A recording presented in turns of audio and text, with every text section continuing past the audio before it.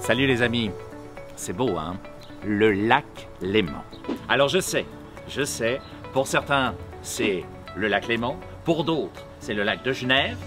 On pourrait imaginer encore l'étang du Bouvray, ou bien je ne sais pas moi, la Gouille de Thonon, ou bien pourquoi pas le Marais de Lausanne.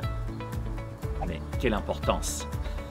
C'est drôle cette propension des gens à essayer de se mélanger les pinceaux en appelant la même chose par toute une série de noms différents. Ça vient de l'épisode de la tour de Babel. Vous vous souvenez de cette histoire? C'est en Genèse, chapitre 11, versets 1 à 5. Les hommes ont construit une tour qui devait monter jusqu'aux cieux. Ça fait haut, hein? Évidemment, c'est pas d'hier que les hommes veulent se prendre pour des dieux ou le rejoindre. Quand Dieu a vu ça, qu'est-ce qu'il a fait? Il a mélangé les langues des hommes. Et c'est depuis ce jour-là qu'on parle tous des langues différentes. Avec Babel, on était dans l'Ancien Testament. Mais on fête la Pentecôte actuellement. Alors je vous emmène dans le Nouveau Testament. Venez avec moi. Et avec Jésus, dans le Nouveau Testament, tout est nouveau. Comme cet arbre en fleurs derrière moi.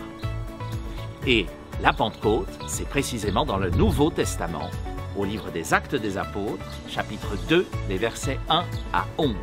On connaît l'histoire. Les apôtres sont réunis, il y a un grand bruit, un grand souffle de vent, comme des langues de feu qui leur tombent sur la tête, mais rassurez-vous, ça brûle pas, hein, ils ont toujours leurs cheveux. Et à ce moment-là, ils se mettent tous à parler toutes les langues possibles. Alors vous allez me dire, ah bah alors c'est raté ton truc. C'est pas l'anti-Babel, on en est resté à toutes les langues différentes. Sauf que chacun comprend l'autre dans sa propre langue maternelle.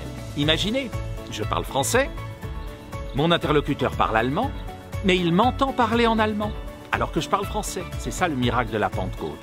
Tout le monde parle sa propre langue, mais tout le monde se comprend.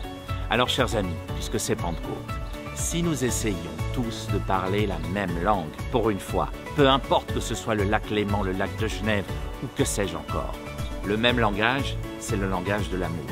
Et si on se met tous à le parler, eh ben ça ira quand même beaucoup mieux sur cette sacrée planète. On fait comme ça?